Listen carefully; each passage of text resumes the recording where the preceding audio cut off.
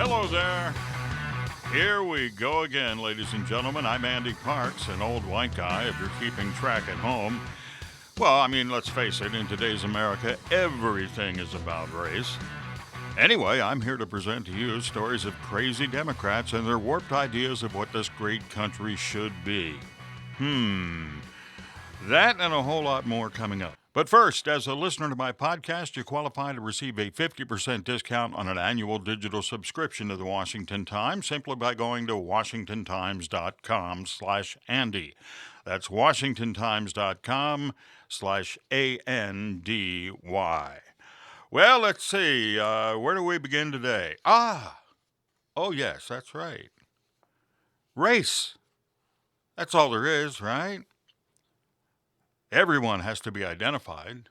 I mean, I'm a racist in the eyes of many, just because I'm white and I'm fat and bald and old. Oh, my. What a crazy world. Well, former half-white, half-black president, Barack Hussein Obama, has taken to the liberal airways to blame the right-wing media for the racial divide in this country. Yeah. There's a real shocker.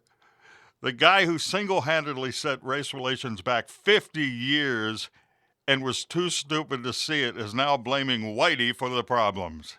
Just for the record, it was reported and confirmed that he and Biden speak at some point every day, and I guess Joe gets his marching orders from Barack and all of his comments on race.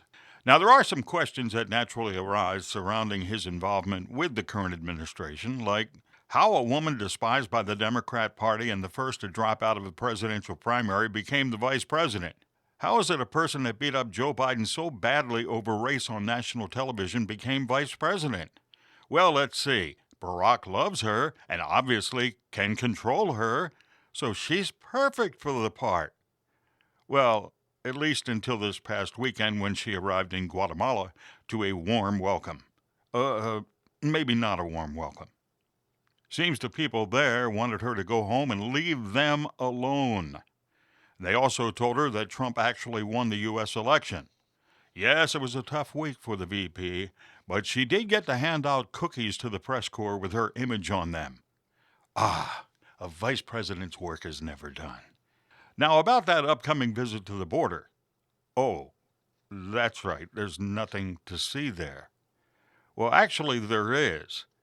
I don't know if you saw this, but Congresswoman Lauren Boebert of Colorado took a life-size cutout of Kamala Harris to the border. It was priceless, it really was.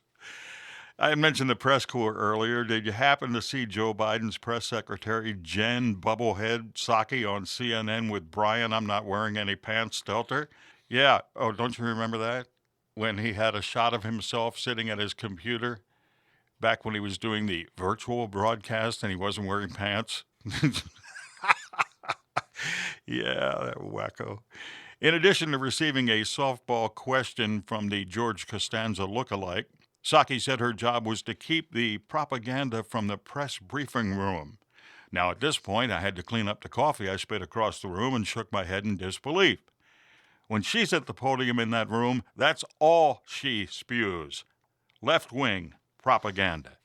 Oh, and in case you missed it, the American flag is now racist. Yes, it means whiteness, according to MSNBC contributor and New York Times editorial board member Mara Gay.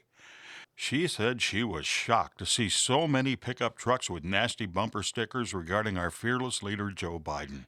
But even more disturbed when some people had more than one American flag in or on their vehicles. This is obviously racist, right? Oh, that's the same flag that allows you to go on TV and make a total ass of yourself, lady. That flag. And here's a little more on the topic of racism.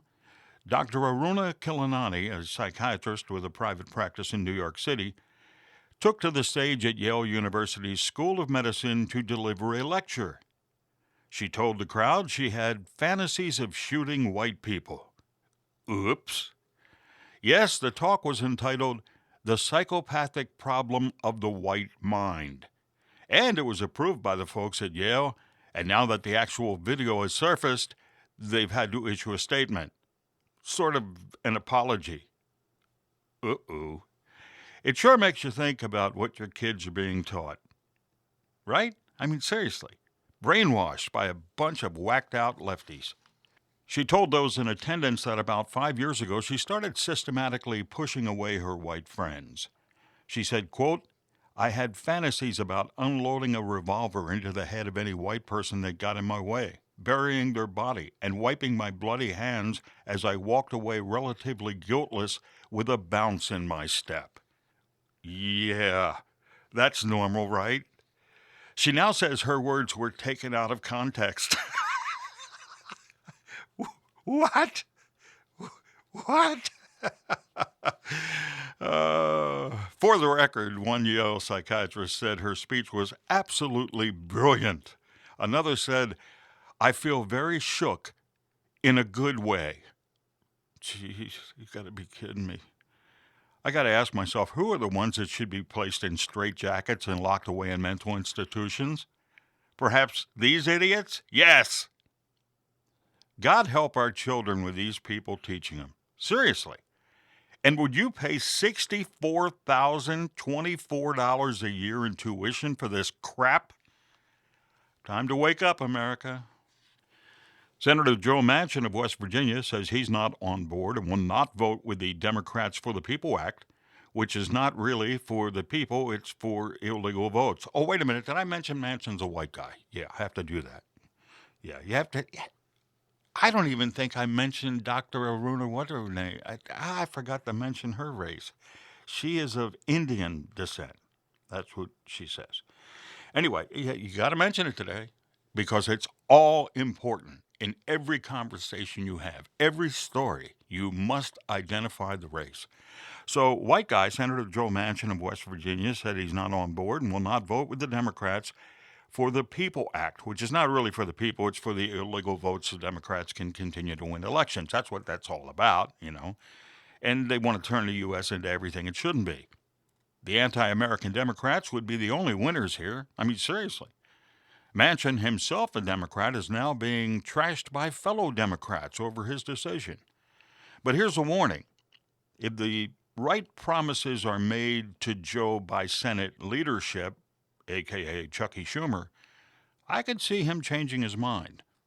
Because let's face it, in politics, it's all about the payoff. We've seen it before. The majority of the left hate him now. Even the Hollywood types are calling him out as a traitor. Actually, I would take that as a positive because those lunatics are always wrong. Oh, and it's nice to see the Democrats have their own version of a party pooper in the form of Joe Manchin.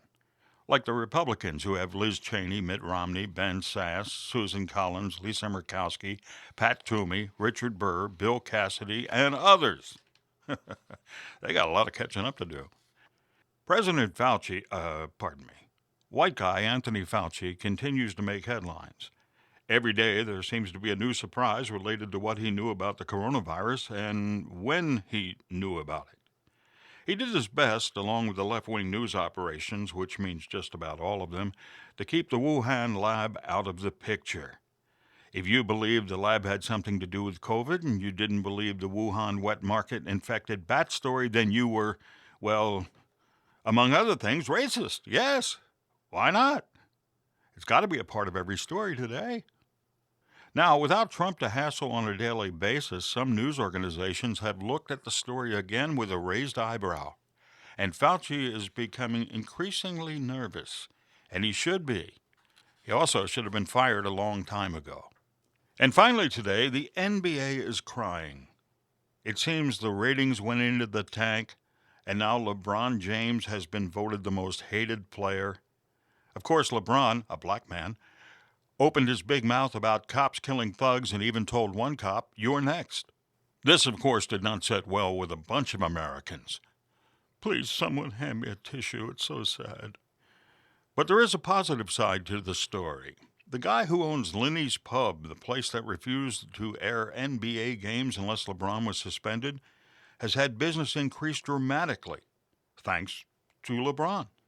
Oh, And the cop that released a video of himself pretending to ask LeBron what to do in an emergency situation, he was fired, but he received over $500,000 from a GoFundMe page, and he's got more on the way through a book deal.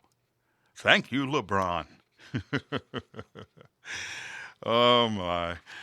Thanks for joining me today, and remember to receive a 50% discount on an annual digital subscription to the Washington Times. Go to washingtontimes.com/Andy. You'll get 24/7 digital access to the Washington Times at 50% off. Again, go to washingtontimes.com/ANDY. I'm Andy Parks. Have a great day.